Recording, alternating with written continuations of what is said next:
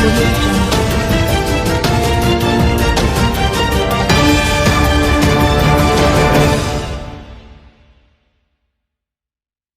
Good morning, viewer. Welcome to our Future TVS. Here's the breaking news.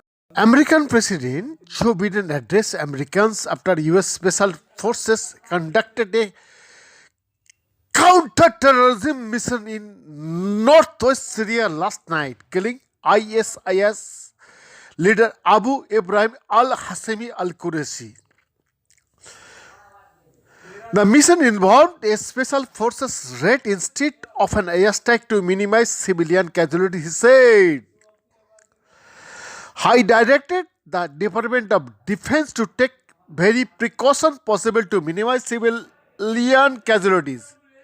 Knowing this terrorist had chosen to surround himself with families, including children, we made a choice to pursue a special force to raid at a much greater risk to our own people rather than targeting him with an airstrike. We made this choice to minimize civilian casualty, Biden said on Thursday.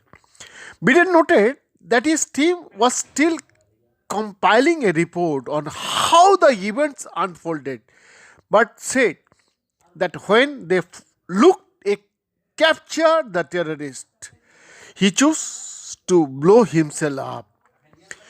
We do know that as our troops approach to capture the terrorists in a final act of desperate cowardice, with no regard to the lives of his own family, he chose to blow himself up, not just the first but the third floor, rather than face justice for the crimes he's committed, Biden said.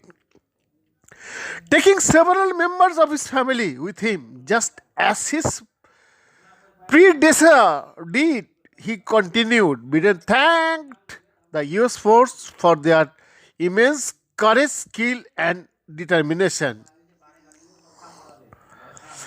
President Biden is delivering remarks from the White House on the US counter-terrorism mission in northwest Syria last night evening that killed ISIS leader Abu Ibrahim al-Hashemi al-Qurayshi.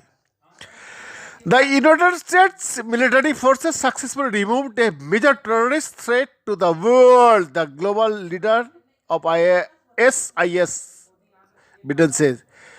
Thanks to our troops, this horrible terrorist leader is no more, he continued. What you knew so far? Sources on the ground reported multiple fatalities. At least 13 people were killed in clashes that took place during and after the raid, including 6 children and 4 women, according to the Syrian Civil Defense Group. The White Helmets, there were no US casualties, according to the Pentagon. Pentagon Press Secretary John Kirby said in a statement late Wednesday night that the mission was conducted by US Central Command, which controls military operations and activities in the Middle East.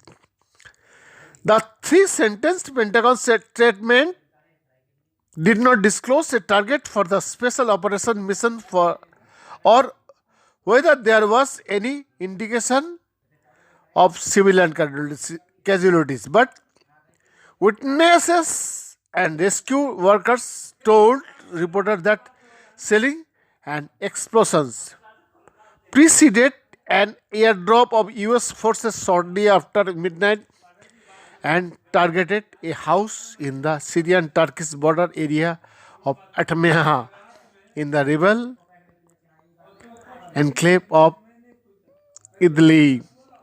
In addition to the 13 killed, 2 people were also injured and a building was partially destroyed following the raid, according to the White Helmets.